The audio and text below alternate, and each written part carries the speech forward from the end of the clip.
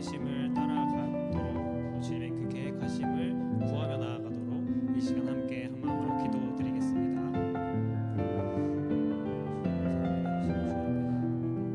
이 시간 예배드리는 이 자리 그저 매주 나오는 이 자리 그저 매주 예정되는 그 일정대로서 좀 소화하기 위해서 이런 것이 아니라 아버지 하나님 정말 우리가 주님께 예배함이 주를 찬양함이 기쁨이 되어서 주님 그 기쁨으로 이 자리에 나아오고 그 기쁨이 나의 발걸음을 더욱더 가볍게 만들어주는 그런 시간들이 되길 소망합니다.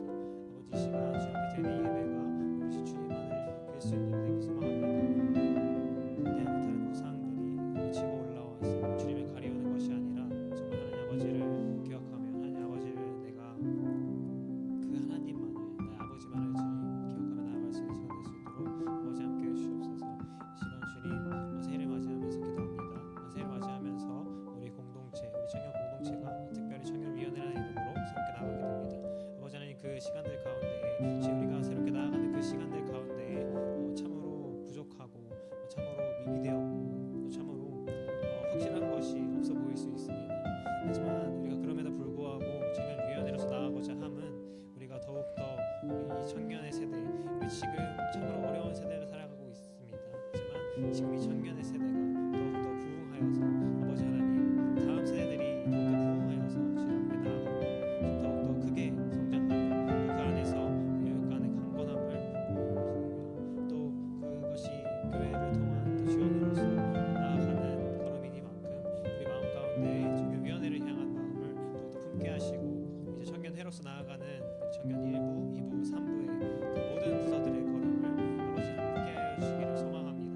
제 특별히 기도하옵기는 주님 그 가운데 나아갈 때 주님 우리가 그 자리도 우리가 올 한 해를 첫 걸음을 내딛으며 나아갈 때 주님 아버지 하나님 바라보게 하시고 또한 주님께서 계획하신 그 계획을 우리가 알기를 소망합니다. 우리가 너무나도 무지하고 너무나도 부족하여서 아버지 그것들을 바라보지 못할 때가 너무나 많음을 고백합니다. 주님 그럼에도 불구하고 우리가 주를 바라보며 나아갈 때 우리가 주의 뜻을 구하며 나아갈 때 우리가 주님께 지혜를 구하며 나아갈 때 주님께서는 지혜 주시기 축복합니다. 우리가 단순히 이 공동체를 살아가는 것이 이 공동체로 나아가는 것이 나를 위함이 아니고 오지를 위함이 아니고 오직 주님만을 위하여 나아가는 걸음들 되기를 소망합니다. 아버지 하나님 그 걸음 가운데 함께 해주시옵시고 아버지 그 걸음 가운데 은혜를 더하여 주셔서 저희들에게 부족한 것들 참으로 많습니다만 주님이 없이는 할 수 없음을 내가 고백하며 내 마음에 새기며 나아갈 수 있는 우리 될 수 있게 하여 주시옵소서. 아버지 걸음마다 아버지 함께 해주심을 통하여 내가 진정으로 이 공동체를 위해 헌신할 수 있게 하시고 내가 진정으로 주 앞에 나아갈 수 있게 하여 주시옵소서. 주님 바라볼 때 지금 더욱더 주를 찬양하고 주를 더 기억하길 소망합니다. 주 하나님을 바라보며 주를 기뻐하며 나아가는 우리가 되기를 소망합니다.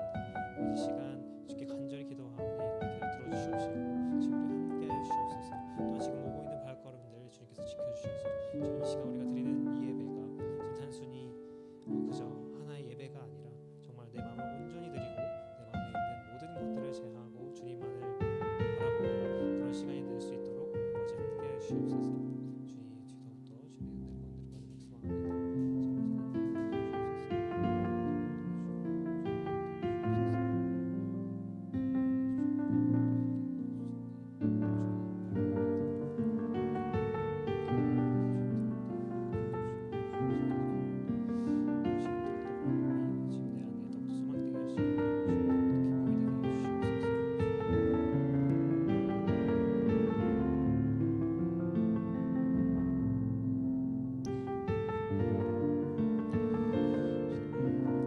하나님을 가까이 하라. 그리하면 너희를 가까이 하시리라. 찬양받기 합당하신 하나님, 2026년 새해가 밝았고 우리는 여전히 주님 안에서 예배하기를 선택하고 결단하며 이 자리에 모였습니다.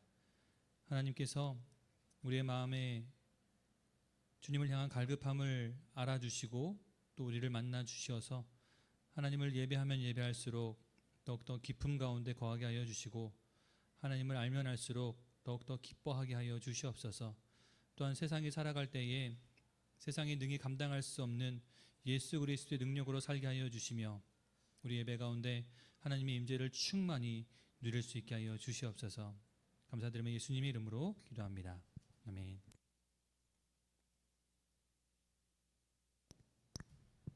오늘도 예배 자리에 오신 여러분들을 환영하고 축복합니다. 이 시간 다 함께 일어나셔서 주님께 우리의 시선을 드리며 주님만을 찬양하심으로 나아갔으면 좋겠습니다.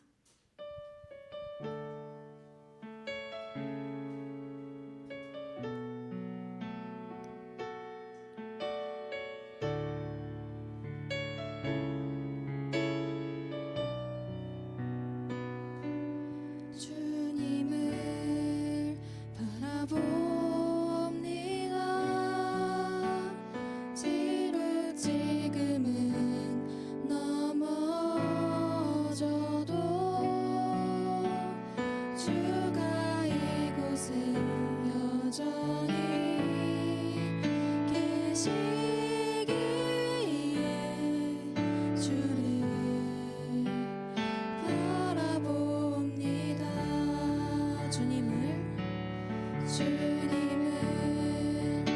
바라봅니다.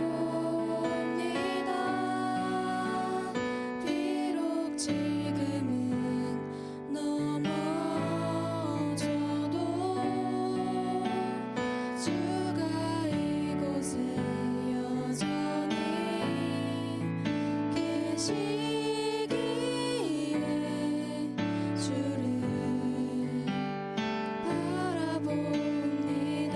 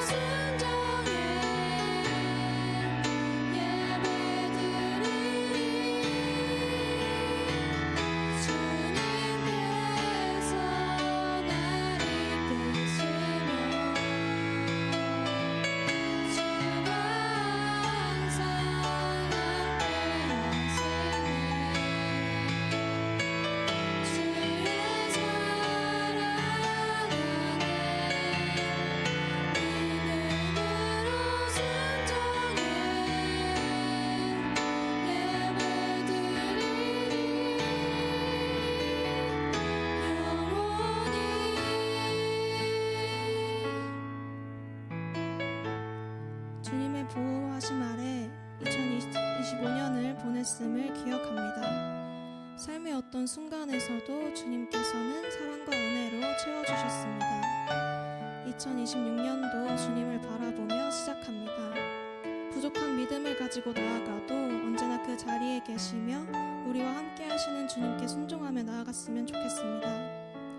우리의 삶에서 지치고 슬픈 순간 주님의 위로를 바라고 기쁘고 즐거운 순간 주님께 감사하며 나아가는 한 해가 되었으면 좋겠다고, 삶의 어떤 순간이 오든지 주님을 바라보고 의지하게 해달라고 함께 기도하심으로 나아가겠습니다.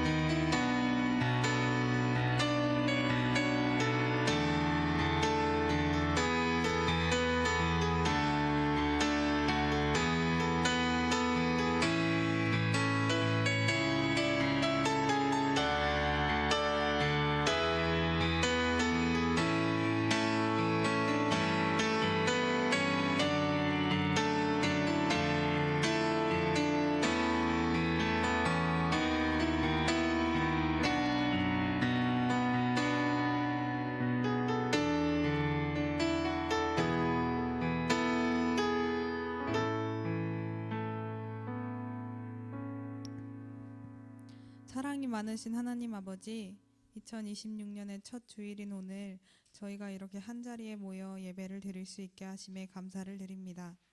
저희가 드리는 예배를 기쁘게 받아주시옵소서. 하나님 아버지, 마음이 들뜨고 무엇이든 해낼 수 있을 것 같은 새해가 밝았습니다. 새로운 해를 시작하는 새로운 설렘을 주셔서 감사합니다. 새해의 분주함 속에서도 하나님을 바라보며 주님과 함께하는 삶을 계획해 나갈 수 있도록 도와주세요. 하나님 아버지, 1월의 추위 속에서 타인을 향해 웅크러드는 저희의 몸과 마음을 펴주시고 하루의 피로를 친절과 다정으로 견뎌낼 수 있도록 도와주세요. 저희가 예수님의 사랑을 세상에 돌려줄 수 있는 삶을 살 수 있도록 도와주세요. 주님의 사랑으로 언제나 저희의 마음이 따뜻할 수 있게 해주세요. 예수님의 이름으로 기도드립니다. 아멘.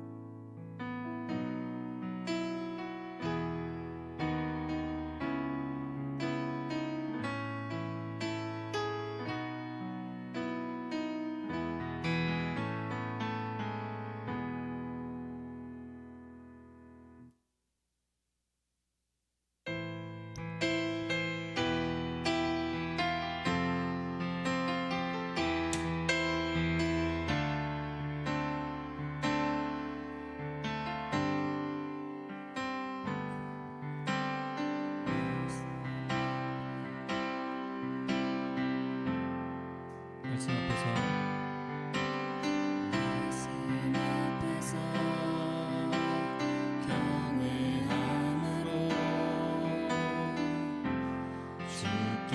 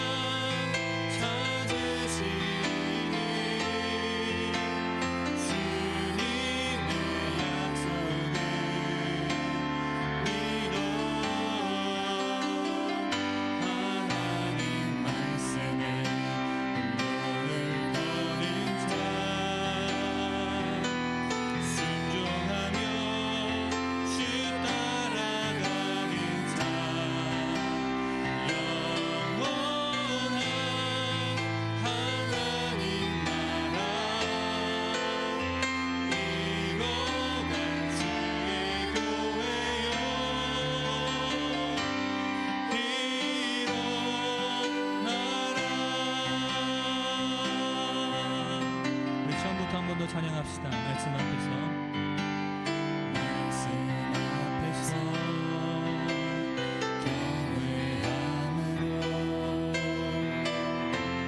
주께 홀로 섭니다. 생명의 말씀 읽고 순종해 주를 예배합니다. 기록된 말씀 힘이 있어서 진리로 우리 거룩게 하며 거룩한 말씀 세세 영원히 복음이 되어 말씀하시네. 하나님 말씀에 두려워 떠는 자, 그 말씀에 생명을 거는 자, 한 사람 찾으시니 주님의 약속을 믿어. 하나님 말씀에 운명을 거는 자, 순종하며 주 따라가는 자, 영원한 하나님 나라 이뤄갈 주의 교회여 일어나라. 주 말씀은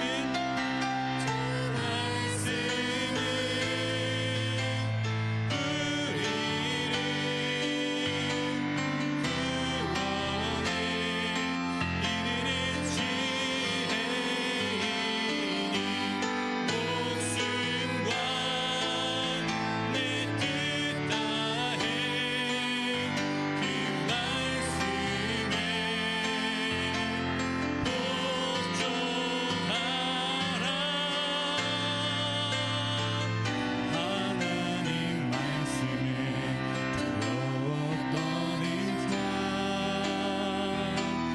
그 말씀에 생명을 거는 자, 한 사람 찾으시니 주님의 약속을 믿어. 하나님 말씀에 운명을 거는 자, 순종하며 주 따라가는 자, 영원한 하나님 나라 이뤄갈 주의 교회여 일어나라.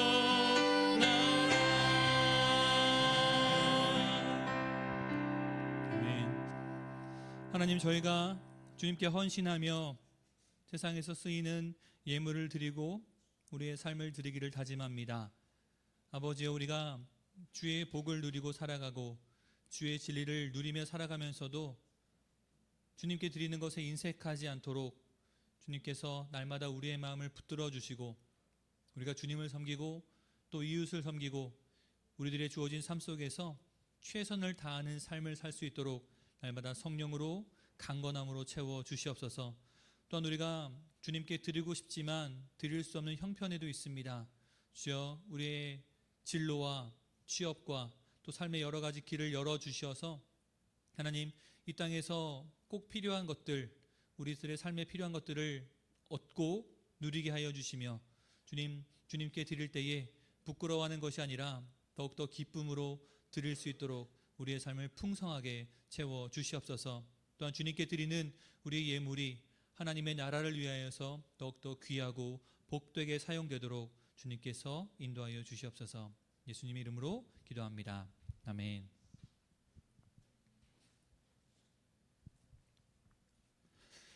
자, 반갑습니다. 새해 첫 해가 되어 새해 첫 예배 우리가 함께 예배할 수 있어서 기쁘고 즐겁습니다.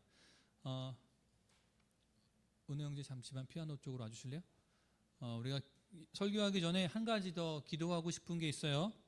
우리 주보에 보시면 청년들의 그 근황에 대해서 이야기를 주보에 나왔을 텐데요. 먼저 유가영 자매는 상주, 경북 상주에 있는 신봉교회라는 곳에서 6개월 동안 찬양대 지휘자로 섬기게 되었다고 했습니다. 그래서 오늘 예배부터 참석하지 못하였고요. 또 우리 전루건 형제 이제 오늘까지 예배하고요. 이제 전지훈련 참석하고 또 이제 시즌 가운데서는 우리가 함께 예배하지 못하게 됩니다. 시즌이 끝나야 우리가 볼 텐데 우리가 이 유가영 자매와 전루건 형제를 위해서 함께 마음을 다해서 기도했으면 좋겠습니다. 유가영 자매가 가서 단순하게 그냥 지휘만 하고 오는 것이 아니라 그 지휘를 통해서 하나님을 향한 찬양과 하나님의 영광이 온전히 드러날 수 있도록, 그리고 그 교회 가운데에 그 찬양의 풍성함을 이룰 수 있도록 같이 기도하시고요. 상주를 오고 가는 그 길 안전하게 복되게 주님께서 지켜달라고 기도했으면 좋겠습니다. 그리고 우리 전루건 형제, 우리 민규 형제가 회장님이 얘기하더라고요. 루건이가 교육관 세워지기로 했는데 아직 세워지지 않고 있다고요. 더 잘 되고 더 잘 될 수 있도록 우리 루건 형제가 교육관을 세워주기 위한 목적이 아니라 저 이름이 세상에 빛나는 가운데서 하나님의 영광이 더욱더 드러날 수 있게 해달라고.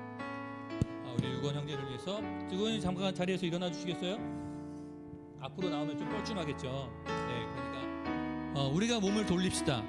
여러분 좀 몸을 틀어서요. 우리 루건 형제를 향해서 하나님의 복으로 능력으로 함께 해달라고, 건강하게 부상당하지 않고 시즌 가운데서 좋은 성적, 좋은 결과를 낼 수 있게 해달라고 우리 유가영 자매와 전루건 형제를 위해서 같이 기도합시다. 할렐루야. 주님, 우리에게 귀하고 복된 지체를 주셨기에 우리가 함께 마음을 다하여서 기도합니다. 하나님, 우리 지체들이 잘 되고 더 잘 되기를 원합니다.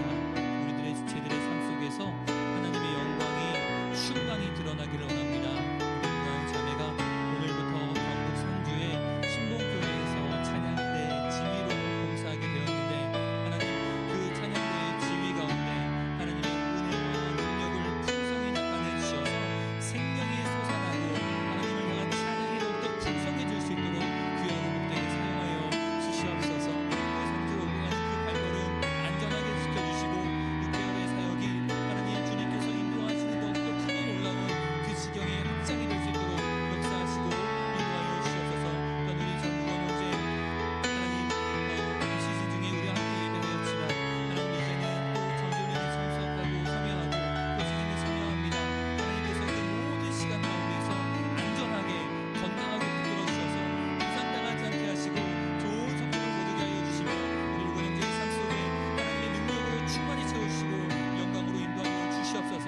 주님께서 함께하여 주셔서 하나님의 영광을 높이는 일에 하나님 그의 삶을 사용하여 주시옵소서. 그 만두 위에서 하나님을 구하고 쫓겨나며 하나님 앞에 나아갈 수 있게 하여 주시고, 하나님 아버지 더욱더 담대함을 보장시켜 주셔서 하나님께서 모든 경기에 나갈 때마다 하나님께서 좋은 결과를 이룰 수 있도록 함께하여 주시옵소서. 또한 믿음의 동역자들을, 지체들을 주님께서 붙여주셔서 하나님 모든 순간순간들마다 주의 믿음으로 승리하고 말씀으로 바로 설 수 있도록 함께하여 주시옵소서. 우리의 간절한 기도, 우리의 축복의 기도 가운데 주님께서 은혜와 능력을 더욱더 풍성히 채우시고 인도하여 주시옵소서. 감사드립니다. 복되신 하나님, 우리의 구원과 능력이 되신 하나님, 우리에게 은사를 주셔서 그 은사를 통하여 하나님의 영광을 드러내게 하심을 감사를 드립니다. 우리 유가영 자매가 경북 상주의 신봉교회에서 6개월간의 찬양대 지휘로 헌신하고 봉사할 때에 하나님 그 교회에 하나님을 찬양하는 그 생명력이 더욱더 풍성히 나타날 수 있게 하여 주시고, 오고 가는 그 모든 길, 그 여정 가운데 안전하게 건강하게 살펴 주시옵소서. 우리 전루건 형제의 시즌 가운데도 함께 하여 주셔서 부상당하지 않게 하시고 아프지 않게 하시고 주님께서 날마다 안전하게 지켜주시며 또한 좋은 결과를 얻을 수 있게 하여 주시옵소서. 주님께서 마음의 담대함으로 신앙생활에 또 삶 속에 어떠한 역경이 올지라도 주님께서 이끌어 주심을 믿고 주와 함께 동행하며 날마다 승리하게 하여 주시옵소서. 그래서 마운드 위에서 하나님의 영광을 높이 드러낼 수 있도록 주님께서 귀하고 복되게 사용하여 주시옵소서. 우리의 축복의 기도 가운데 하나님께서 더욱더 넘치게 채워주실 것을 믿사오며 예수님의 이름으로 기도합니다. 아멘. 우리 함께 축복하며 박수합시다. 자, 오늘 말씀은요, 마태복음 9장 27절부터 31절까지의 말씀입니다.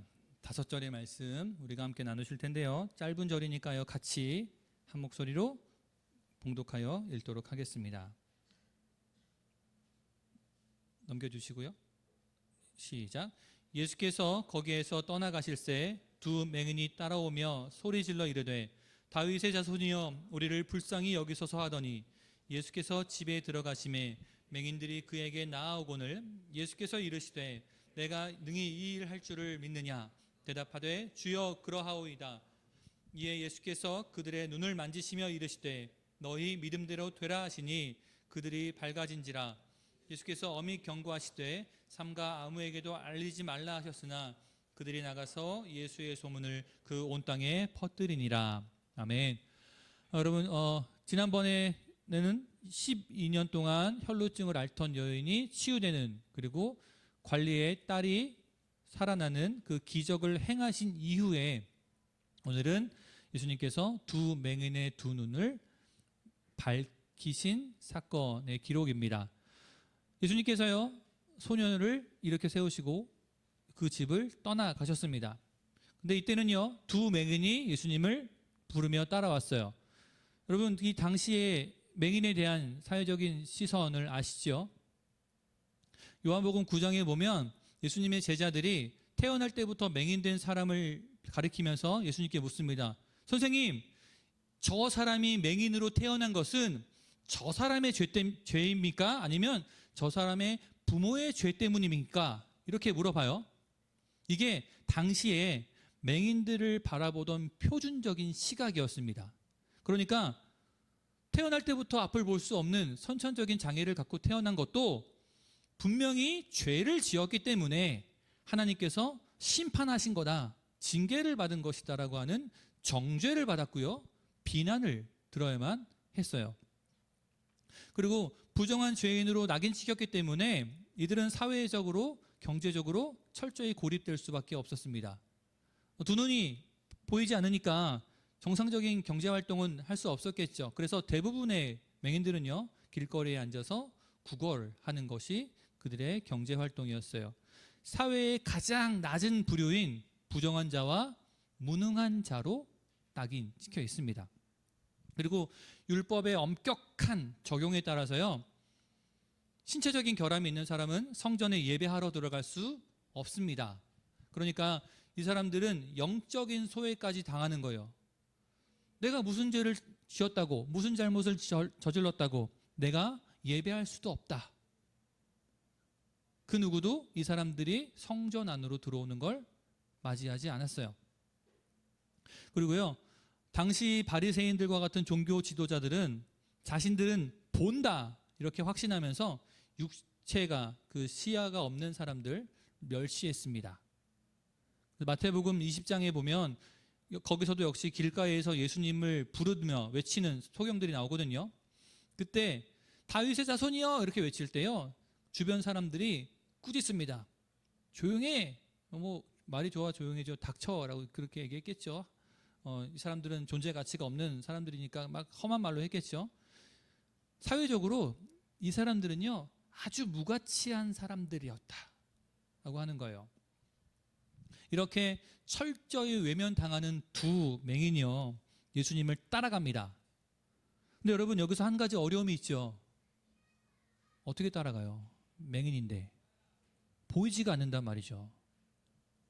앞이 보이지 않는 사람, 게다가 죄인, 무능한 사람, 무가치한 사람으로 낙인 찍혀 있는 이 보지 못하는 이 두 사람을 누군가가 인도해 줬으리라고 생각하는 건 우리가 너무 관대하게 생각하는 거예요.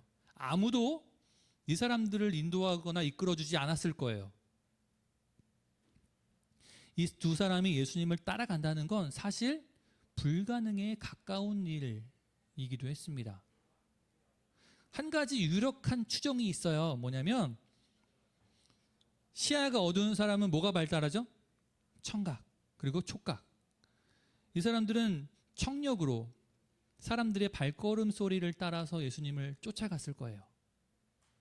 사람들의 웅성거림과 어느 곳으로 향해 가는, 또 군집되어 있는 발소리를 들으면서요, 그 중에서도 예수님의 음성과 예수님의 발걸음 소리를 더 집중해서 따라갔을 거죠. 더듬더듬하면서 따라갔을 겁니다. 가다가 돌불에 걸려 넘어지고 더듬거리다가 사람을 만졌으면 아이 재수없게 뭐야 부정타게 하면서 사람들이 밀쳐냈겠죠. 그렇게 사람들에게 그 누구 하나 환영받지 못하는 가운데서 절박한 발걸음을 멈추지 않고 예수님을 따라갔어요. 이 사람들의 따름은요, 단순히 몸이 움직인 게 아니라 아주 철저한 신앙의 경주를 하고 있었던 겁니다. 그들은 빠르지도 못했고요, 예수님을 에워싸고 따르는 그 무리를 비집고 들어갈 수도 없었어요. 그들이 할 수 있는 유일한 것은요, 외침이었습니다.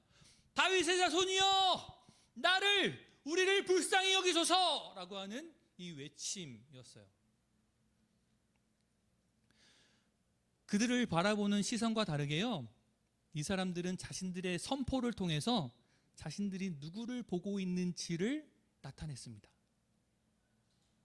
비록 육신의 눈은 감겨 있었지만 이들의 영적인 입은 열려 있었다는 거죠. 여러분, 우리의 인생도 마찬가지인 것 같아요. 앞이 보이는 것 같지 않고 막막한 인생이지만요, 이 맹인들처럼 소리내는 순간, 기도하는 순간 비로소 보이지 않는 그 주님을 따라가기 시작하게 되는 겁니다. 여러분, 이 기도요, 다윗의 자손이여 우리를 불쌍히 여기소서, 이 맹인 두 사람의 기도가요, 후에 수도사들이 낭독하던 기도문이 되었습니다. 4세기경에 이집트에 있는 수도사들, 그 교부들로부터 시작되었는데요.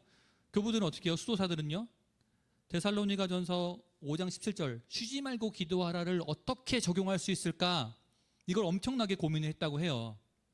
그러니까 다른 일을 하는 중간에도 계속 기도하고 싶은 거예요. 그래서 이 짧은 기도문을, 이 맹인들의 기도문을 본인들의 기도들로 적용했습니다. 그래서 다윗의 자손이여 우리를 불쌍히 여기소서, 다윗의 자손이여 나를 불쌍히 여기소서, 이걸 계속해서 읊조렸다고 해요. 후에 이게 동방정교회의 기도원, 동방정교회 기도원의 전통이 되었다고 해요. 그래서 이것이 예수 기도라는 이름으로 명칭되었고요. 이것이 좀 더 신학적으로 이렇게 문장이 바뀌었대요. 주 예수 그리스도 하나님의 아들이시여 죄인인 나를 불쌍히 여기소서. 여러분, 기도하고 싶은데 기도를 안 하다 보면 어떻게 기도해야 할지도 모르게 되는 순간이 있죠. 왜 다들 나는 아닌 것처럼 표정을 짓고 있어요? 여러분, 정말 기도하고 싶은데 기도가 나오지 않고 어떻게 기도해야 될지 모르겠다면 이 맹인의 기도를 따라해 보십시오. 다윗의 자손 예수여 나를 불쌍히 여기소서, 다윗의 자손 예수여 나를 불쌍히 여기소서.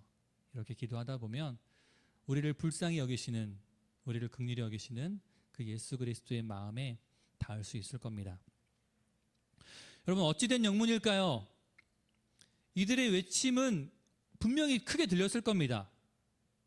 근데 예수님께서요, 그냥 어느 한 집으로 들어가 버리셨어요. 이 두 맹인의 간절한 외침과 따름이요, 실패한 것이 되어버렸죠. 그런데 이 맹인이요, 집까지 따라 들어왔습니다. 여기서 생각해 볼 만한 것이 좀 있어요. 성경의 다른 곳에 보면요, 예수님은 길거리에서 사람들을 고쳐주셨거든요. 예수님을 애타게 찾는 사람들을, 그 소리를 듣고 그들을 만나 주셨거든요. 근데 여기서는 안 그러셨어요. 못 들으셨을까? 예수님을 에워싸고 있는 수많은 사람들의 환호성 때문에 이 두 맹인의 목소리가 안 들리셨을까? 여러분, 왜일까요? 어쩌면요, 그건 이 두 사람의 믿음의 진실성을 보기 위한 것일 수 있어요. 광장에서의 외침은요, 감정적인 분출일 수 있습니다. 우리 개교회 예배 말고요, 대형 집회를 가면요, 사실 우리의 태도도 좀 바뀌잖아요. 대형 집회 가면 그렇게 막 방방 뛰고 소리도 크게 목소리를 다 쉴 정도로 찬양을 하는데 교회만 돌아오면 왜 그게 안 되는지 모르겠어요. 신기하죠? 그거예요. 광장에서의 외침은요, 감정의 분출일 수 있어요. 단순히 카타르시스를 만끽하는 분출일 수도 있다는 거죠. 보여지기식. 그리고 이 두 사람이 그동안 수많은 무시를 당했잖아요. 그러니까 이 외침 속에는 그 울분이 담겨 있는 겁니다.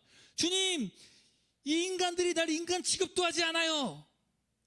제발 나 좀 돌아봐 주세요 라고 하는 그 울분이 섞여 있는, 어쩌면 쇼맨십도 담겨 있을 수 있다는 거죠. 그때 예수님께서요, 공개적인 장소가 아니라 지극히 사적인 공간인 집으로 들어가 버리신 거예요. 거기서 이 사람들의 외침이 과연 사람들의 이목을 끌기 위한 것인지 아니면 예수님을 진짜로 만나기 위한 것인지를 확인하는 과정일 수 있었습니다. 이 두 사람이요, 감히 타인의 집에 들어갔어요. 여러분 집에 아는 사람이라도 예고 없이 찾아온다면 반갑습니까? 반갑지 않잖아요. 이 당시의 문화에서도 마찬가지였어요. 허락 없이 남의 집에 들어간다는 건 굉장히 무례한 일입니다. 근데 이 사람들은요, 비장인도 아닌 맹인들이었어요. 제가 맹인들의 사회적인 시선을 먼저 말한 이유가 여기도 있는 거예요. 이 사람들이 여기 들어간다는 건 불가능한 일이에요. 그 누구도 허용하지 않는, 인정하지 않는 일이래요. 근데 이 사람 들어갔어요. 이 두 사람이 이 집의 문턱을 넘을 때 그 집 안에 있는 사람들이나 아니면 예수님의 제자들이 이 사람들을 가로막고 밀쳤을 수도 있어요. 어딜 감히 들어와? 부정타게. 너 같은 죄인은 여기 들어올 수 없어. 그리고 여기 거룩하신 예수님이 계신 곳이야. 어딜 들어와? 이렇게 떠밀어 버렸을 수도 있어요. 여러분, 위기의 다른 표현 아십니까? 어느 방송에서 봤는데 위기는 이렇게 표현하더라고요. 위기는 위험한 기회다. 들어보셨어요? 저만 들어봤군요. 여러분들은 기도와 말씀에 전념하시고 저는 TV에 집중하는 것 같고, 이들이 예수님이 계신 그 집에 들어간 건 굉장히 위험했어요.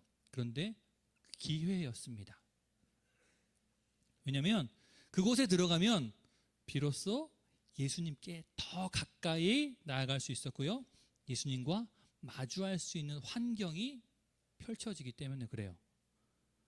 예수님께서 왜 광장에서, 길거리에서 이들을 만나지 않고 집 안으로 들어가셔서 안 못 보는 이 두 사람이 넘어지고 문에 부딪히고 벽에 부딪히고 가구에 부딪히면서까지 따라오게 하신 걸까요? 예수님은요, 이 두 사람을 군중의 구경거리가 아니라 인격적인 신앙의 고백자로 세우기 위해서 이 사람들을 집 안으로 끌어들이신 거예요. 예수님이 그들이 들어올 때까지요, 그냥 가만히 지켜보고 계셨을 겁니다. 문턱을 넘고 이리저리 힘겹게 더듬더듬 주님 앞으로 다가오는 그 불편하고 힘겨운 발걸음 소리를 예수님은 다 듣고 계셨을 거예요. 이 맹인들의 믿음을 뭐라고 할 수 있을까요? 간절한 믿음이기도 한데요, 이렇게도 표현할 수 있어요. 무례한 믿음, 염치 없는 간절함. 정상적인 사람이라면요, 타인의 집에 들어갈 땐 밖에서 그 주인이 들어오라고 할 때까지 기다리는 게 정상이죠. 그게 예의죠. 하지만 이들은요, 예의나 체면보다 생존과 회복이 더 절실했어요.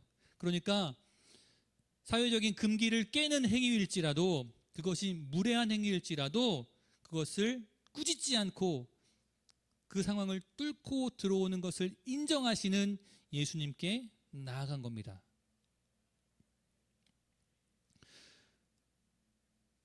재미난 건요, 성경에서요, 이들이 집으로 들어올 때 어떤 상황이었는지 전혀 기록하고 있지 않아요.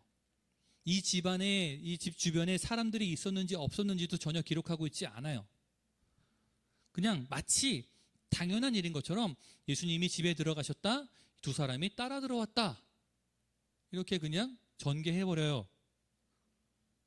여러분, 그렇지만 제가 설명했듯이 우리는 예상할 수 있어요. 이 남의 집에 들어가는 거 결코 쉬운 일이 아니었다는 걸요. 여러분, 때로는요, 신앙의 가장 큰 고난이 어디서 오냐면요, 외부의 핍박이 아니에요. 아무도 나를 도와주지 않고 하나님마저 침묵하시는 것 같은 그 고요한 길, 그 길을 걸어가는 게 때로는 신앙의 가장 큰 고난이 되기도 합니다.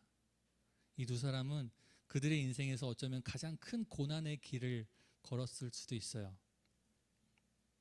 그들이 드디어 예수님과 마주하게 됐을 때요, 이들이 예수님, 우리를 불쌍히 여겨주세요, 이렇게 간구하지 않았습니다.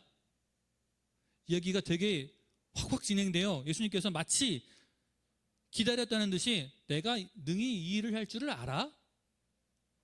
물어보셨어요. 이 질문은요, 그 뜻을 담고 있는 거예요. 맹인들이 이 집까지 들어오느라 쏟았던 그 열정이 무엇인지를 알고 있다라고 하는 그 의미를 담고 있는 거예요. 사람들 앞에서 다윗의 자손이여 우리를 불쌍히 여기소서라고 외쳤던 그 외침이 진짜인지 그들의 입으로 시인하게 만드는, 고백하게 하려는 배려이기도 합니다. 내가 능히 이 일을 할 줄을 믿느냐? 예수님은 그들이 당연히 집으로 들어올 걸 아셨고요. 그리고 기다리셨어요. 그래서 길거리에서 만나주지 않으신 거죠. 먼저 집에 들어가셔서요, 예수님 뭐 하셨냐면 시험과 응답의 장소를 마련하고 계셨어요. 걔네가 올 거야. 그러면 내가 이런 질문을 해서 그들의 믿음에 대해서 한 번 더 얘기해 봐야지. 그리고 그들의 필요를 채워줘야지. 라고 그들에게 응답할 장소를 마련해 두신 거죠. 여러분, 때로는요, 우리가 광장에서 외치는 수많은 미사오구보다요, 주님 계신 곳을 향해 한 발짝 내딛는 그 침묵의 발걸음, 그걸 예수님 더 기다리실 수 있습니다. 맹인들이 집 안에 들어섰을 때 이미 예수님은 알고 계셨고요. 여러분, 예수님은 우리의 기도가 유창해지기를, 술술술술 아주 잘 가꾸어진 문장으로 드려지는 기도가 나오기를 기다리시는 분이 아니라 예수님이 계신 곳까지 포기하지 않고 들어가는, 버벅거리고 어려워하고 힘들어해도 예수님 계신 곳까지 나아가는 그 간절한 믿음을 기다리시는 분이십니다. 이 사람들이 얘기했죠. 예, 주님. 그렇습니다. 주님 이 일을 할 줄을 저희는 알고 있습니다. 그러자 예수님께서요, 또 너무나 당연하다듯이 그들의 눈을 만지시면서 말씀하셨어요. 내 믿음대로 될지어다. 여러분, 여기서 우리는 예수님이 어떤 분인지를 다시 한번 발견할 수 있지요. 예수님은 말씀만으로도 고칠 수도 있는 분이지만 굳이 부정한 그들의 눈에 손을 대셨어요. 맹인들의 눈은요, 당시 종교적인 시각에서 보면 죽음을 나타냈습니다. 이 사람들은 눈이 못 떠 있어. 그러니까 살아있지만 죽은 사람이나 다름없고 영적으로도 죽은 사람들이야. 아주 그냥 부정한 사람, 시체 취급받는 사람들인 거죠. 부정한 사람들. 근데 그 부정한 몸에 손을 대셨다는 거예요. 죽음이라고 평가받는 그들의 몸에 손을 대셨다는 거죠. 예수님은요, 우리의 고통과 장애를 인격적으로 어루만지시는 분. 그냥 오지는 말고 알았어, 고쳐줄게, 눈 떠서 가, 이게 아니라 직접 안으신 거예요. 직접 만지셔서 너와 내가 다르지 않다. 내가 너와 함께하고 있고 내가 너와 한 몸 되기를 원한다라고 직접 만지신 거죠. 여러분, 여기서도 독특한 표현이 나오는데요. 그들의 눈들이 밝아진지라고요. 눈들이. 우리가 눈을 다쳤을 때 굳이 단수와 복수를 확실하게 구분해서 쓰는 경우는 없지 않습니까? 나 두 눈이 눈병 걸렸어 이렇게 얘기하지 않잖아요. 나 두 눈에 다래끼가 생겼어 이렇게 얘기하죠. 나 눈에 눈병 생겼어. 나 눈에 다래끼가 생겼어 이렇게 얘기하잖아요. 근데 성경에서는요, 콕 집어서 눈들이 밝아진지라 라고 얘기를 하고 있어요. 그래서 한번 왜 이렇게 굳이 복수형으로 썼을까라고 좀 찾아보니까 그냥 그게 굉장히 단순하면서도 확실한 거였어요. 이들의 모든 시각적 감각이 완전히 회복되었음을 선언하는 거라고요. 그냥 눈이 떴는데 적당한 시력을 가지고 남들과 비슷한 시력으로 뜬 게 아니라 하나님께서, 예수님께서 이들의 모든 기관, 그 시각의 기관을 온전하게 회복시켜 주셨음을 의미한다라고 얘기하더라고요. 그리고 보게 됐다라고 얘기하지 않고요, 밝아진지라고 얘기하고 있어요. 여기에는 그 신학적인 의미가 담겨 있더라고요. 밝아진지라의 헬라어는요, 열리다라는 뜻을 가진 표현입니다. 예수님께서 이들의 눈의 문, 이들은 닫힌 눈을 가지고 예수님이 계신 집의 문을 통과했다면 예수님은 이제 그들의 닫혀있는 이 눈의 문을 열어주셨고요. 밝아지다라는 표현은요, 영적인 깨달음 그리고 빛의 임재를 얘기합니다. 이사야서에 보면 메시아 예언이 있잖아요. 그 메시아 예언에는 맹인들이 눈이 밝아질 것이며라는 표현이 있습니다. 이 메시아 예언 가운데 보지 못하는 사람들의 눈이 밝아질 것이라고 하는 이 예언이 여기서 성취됨을 이야기하고 있고요. 이 사람들은요, 그저 자신의 눈이 뜨인 것만이 아니라 내 앞에 있는 이분이 진짜 누구인지를 그전에는 입으로만 선포했다면 이제는 두 눈으로 바라보면서 그분이 누구인지를 보게 된 거죠. 여러분, 우리가 진짜로 예수님을 보게 되면요, 진짜로 예수님을 만나게 되면 우리가 고백하는 수준이 달라지고요, 예수님을 바라보는 그 마음의 자세가 달라지죠. 예수님은요, 단지 한 문제만 여시는 분이 아닙니다. 이 맹인들의 눈을 떠야 부정한 사람의 취급 안 받고 경제적 활동도 제대로 할 수 있으니 눈 떠야지, 요 단순히 육체에 국한된, 기능에 국한된 눈만 여신 게 아니라 이들의 영적인 눈까지 열어주셔서 진리를 바라볼 수 있는 그 밝은 빛을 선물해 주신 것입니다. 여러분, 우리의 예배는요, 우리의 기도는요, 우리의 믿음은요, 광장에 있습니까? 방 안에 있습니까? 우리가 같이 모여서 찬양했잖아요. 같이 모여서 기도했잖아요. 이 기도가 여기에만 유효합니까? 아니면 예배 시간이 끝나고 우리들의 가정으로 돌아갔을 때 아무도 보지 않는 곳, 가장 은밀한 곳, 가장 고요한 시간에도 예수님을 향해 나아가고 있습니까? 제가 여기 앞에서 설교하잖아요. 여러분들 앞에서 설교하고 같이 기도하자고 하고 때로는 찬양을 인도하고 여러분들 눈에 보이는 그 모습은 되게 신실해 보여 이렇게 보일 수 있어요. 근데 그건 보여지는 것이지요. 그렇죠?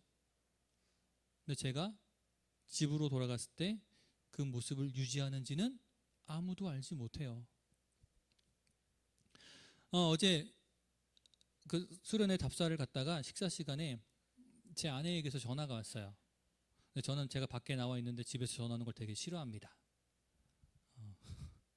미안해요. 저 그런 남자가 저런 이미지 완전 망이죠. 왜냐면 밖에서 일하는데 방해받고 싶지 않아서 내가 지금 일하고 있는 이 상황에만 집중하고 싶어서 전화 오는 걸 싫어하는데 전화 오는 목적은 뭔가 이렇게 저에게 너 왜 뭔가를 이렇게 하고 나갔어? 아니면 뭔가 이렇게 많이 혼나요. 전화를 받으면. 그래서 또 내가 뭐 잘못하고 나왔나? 그렇게 전화를 받긴 하는데 전화를 끊고 나서 민규 형제가 저한테 한 말이 있었어요. 목사님, 전화 받을 때의 표정과 끊고 나서의 표정이 너무 다른데요? 무슨 말일까요? 제가 아내랑 전화할 때는 표정이 별로 좋지 않았던 거예요. 왜냐면 답사 간단 말 안 했잖아. 난 했는데 이렇게 아내가 저에게 이제 뭔가 막 질문을 하는데 저는 다 이미 대답을 했던 질문들이란 말이죠. 그냥 보고 싶어, 사랑해, 밥 먹었어 이런 얘기가 아니라 뭔가 따지는 전화였어요. 그래서 저는 반갑지 않은 거예요. 그래서 딱 하고 끝나고 나서 이제 우리 최신자매한테 내가 뭔가를 얘기를 하는데 표정이 너무 밝아졌나 봐요. 저 결혼하기 싫어요 이럴 정도로 제 표정이 달라졌다고 하더라고요. 여러분, 제가 밖에 나와서 여러분들 앞에 보여지는 이미지는요, 보여지는 거예요. 근데 제가 집으로 돌아갔을 때 혹시라도 민규 형제가 목사님 표정 안 좋은데요? 제가 집에 가서 이러고 있을까요? 집에 가서 이러고 있지는 않아요. 집에 가면 그냥 정상적으로 살고 있지만 광장에서 보이는 게 전부가 아니고요. 광장에서 보이는 걸로 우리를 정의 내릴 수 없어요. 집안에서 정말로 하나님과 1대1의 관계 속에서 우리가 더 깊이 나아가야 하는 거죠. 이미 이것도 오래전 일인데 제가 부모님이랑 아버지랑 대판 싸운 적이 있어요. 서로에게 상처가 되는 말을 막 던지면서 이제 나는 가족과의 인연을 끊어도 여한이 없겠다 싶을 정도로 대판 아버지랑 싸우고 가출을 한 적이 있었어요. 근데 공교롭게도 그 주에 그 예수전도단 워십 컨퍼런스에 참석해야 되는 주였고 나는 청년부 회장이었고 찬양팀 인도자였고 어떻게 하나 고민을 하다가 그냥 동생한테 야, 난 못 가니까 네가 알아서 다 리더해서 가 하고 잠수를 타버렸어요. 근데 청년부 목사님이 담당 목사님이 야, 나 니네 집 앞에서 기다릴 테니까 너 나올 때까지 있을 거야. 나와. 이러더라고요. 목사님 안 나갈 거예요. 기다리지 마세요. 근데 누가 이겼을까요? 목사님이 이겼죠. 안 나갈 수가 없었어요. 그래서 목사님 차에 잡혀서 그 컨퍼런스에 참석을 했습니다. 참석을 하는데 예배하는데 마음이 나는 부모님과 연을 끊을 정도로 싸웠으니까 예배할 마음이 안 생기죠. 근데 그때 그 예배 인도자 어떤 분이 나와서 이런 얘기를 하더라고요. 우리 가운데 누군가를 미워하는 그 원수 맺은 그 맺는 마음 때문에 예배에 집중하지 못하는 사람이 있습니다. 여러분 혹시라도 누군가를 미워하고 용서하지 못하는 사람이 있다면 예배하기 위해서 우리 같이 기도하고 싶습니다. 자리에서 일어나십시오. 난 줄 어떻게 알고? 와 진짜 신통방통하다. 근데 거절할 수가 없었어요. 그냥 일어났어요. 왜냐하면 예배하고 싶었어요. 끌려갔으니까 기왕 끌려온 거 예배하고 싶었어요. 그래서 일어났어요.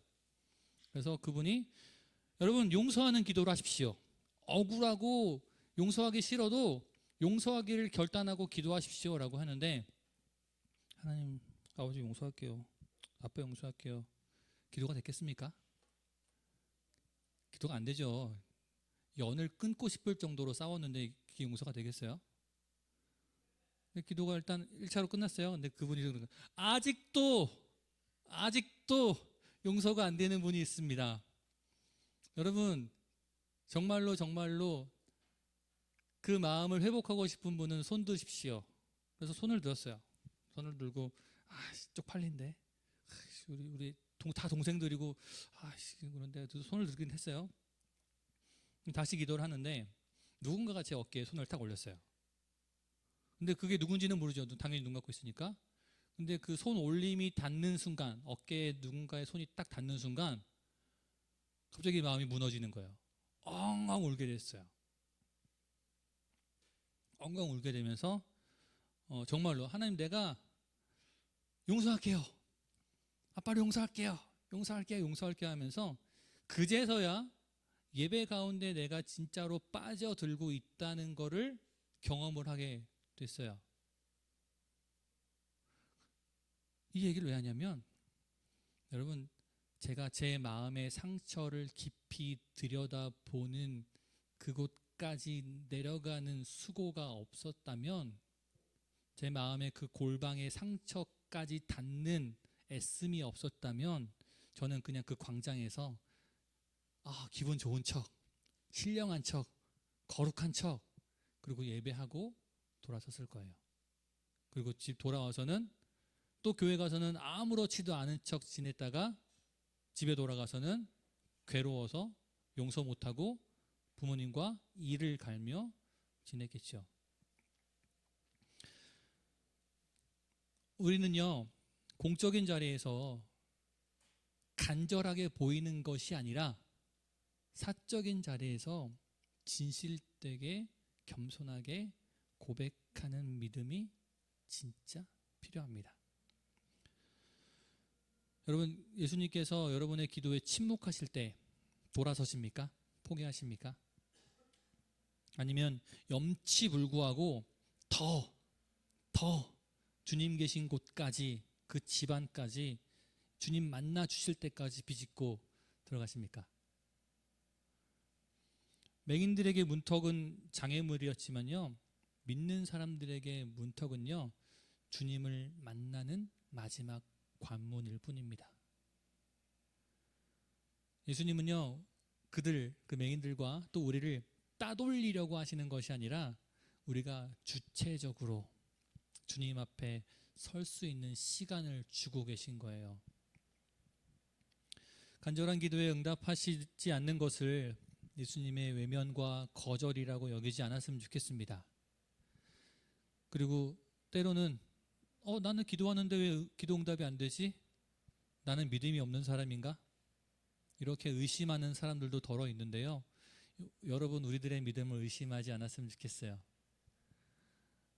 광장이 아닌 집안까지 그 공간에서 나와 독대하기를 원하시는 그 주님, 그리고 나의 믿음을 확증하기를 바라시는 그 주님께로 우리가 계속 나아갔으면 좋겠습니다. 간절한 믿음이라 그랬고요, 무례한 믿음이라 그랬고요, 염치 없는 믿음이라고 했는데요, 세상의 눈으로 봤을 때는 우리가 염치 없는 것 같지만요, 예수님의 눈으로는요, 그건 간절함입니다. 절박함입니다. 예수님이 가장 기뻐하시는 외침입니다. 우리가 그러한 믿음으로 우리에게 회복을 주시고 밝은 빛을 열어주시는 그 예수님을 경험할 수 있기를 예수님의 이름으로 축복합니다. 기도하겠습니다. 거룩하시고 전능하신 하나님, 그 영광으로 진리로 우리를 이끌어 주시옵소서. 때로는 주님을 만나고 싶고 간절한 부르짖음에 응답받고 싶지만 주님 침묵하실 때가 있고, 또 앞으로 나아가면 나아갈수록 더욱더 힘든 상황이 펼쳐질 때도 있습니다. 하나님, 그때에 우리가 포기하고 의심하고 멈추는 것이 아니라 가장 깊은 곳까지 나아가 주님을 만나게 하여 주시옵소서. 그곳에서 겸손하게 하나님께 우리의 믿음을 고백하며 우리의 인생과 우리의 영혼을 밝히 비춰주시는 그 예수 그리스도의 회복을 누리게 하여 주시옵소서. 끝까지 포기하지 않게 하여 주시며, 무례해 보여도 염치 없어 보여도 그것이 하나님께서 가장 기뻐하시는 믿음의 걸음인 것을 기억하며 끝까지 나아가는 우리가 되게 하여 주시옵소서. 감사드리며 예수님의 이름으로 기도합니다. 아멘. 자, 오늘은 새해 첫 예배라서요, 성찬 예식이 있습니다. 오늘 성찬 예식도 같이 진행하도록 하겠습니다. 마이크는 쓰지 않아요.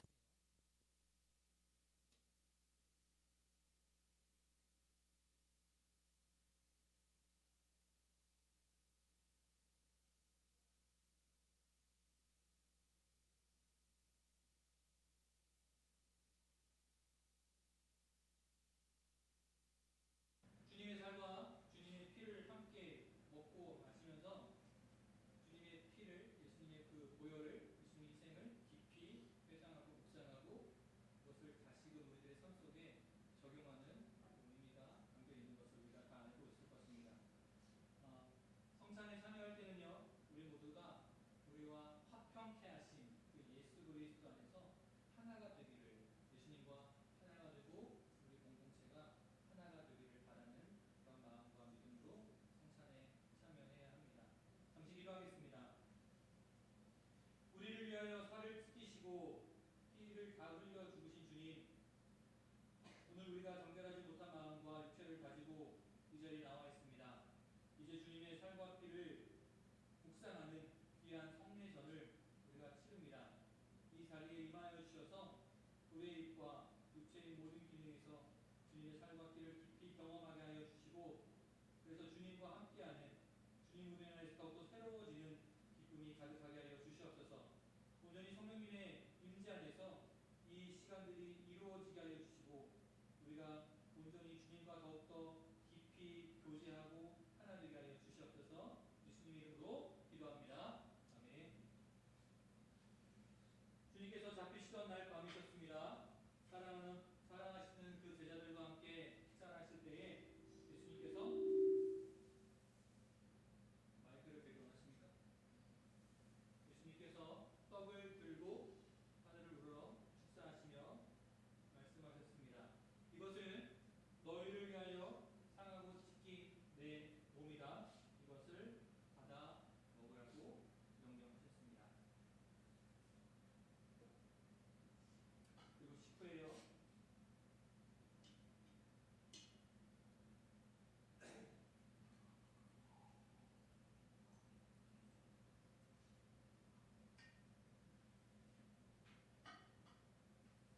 예수님께서 잔을 높이 들고 축사하셨습니다.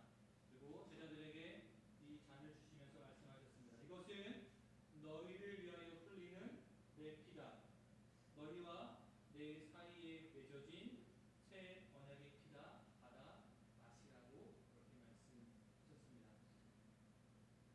여러분, 주님의 떡과 주님의 피를 상징하는, 주님의 살과 주님의 피를 상징하는 이 빵과 이 포도주스를 마실 때에 주님을 깊이 묵상하시기를 간절히 소망합니다. 그리고 주님께 감사하고요, 우리의 삶 속에 부어주신 그 새 생명으로 우리가 살아가겠다고 다시 한번 깊이 다짐하는, 그리고 올 한 해 더욱더 주님과 깊은 교제를 나누며 살아가겠다고 결단하는 시간이 되었으면 좋겠습니다. 제가 기도하고 분정과 분전을 하겠습니다. 사랑하는 하나님, 주의 은총으로 우리가 이 성찬에 참여하게 하시고 주의 구원의 은혜를 새롭게 하여 주심을 감사를 드립니다. 우리가 주님의 지체임을 확인하게 하여 주셔서 감사를 드립니다. 우리가 서로 사랑하고 하나가 되는 길을 걷게 하셨음 또한 감사를 드립니다. 주님의 살과 피가 우리의 영혼을 충만히 채워주셔서 주여 복음에 합당한 삶을 살아가게 하여 주시고, 하나님과 우리가 화평케 된 것처럼 이 땅 가운데 화평을 심는 자가 되게 하여 주시옵소서. 그리스도의 죽으심과 부활하심을 증거하는 주의 복된 자녀가 되게 하여 주시옵소서. 예수님의 이름으로 기도합니다. 아멘. 자, 이제는요, 이렇게 나오셔서 빵과 포도주를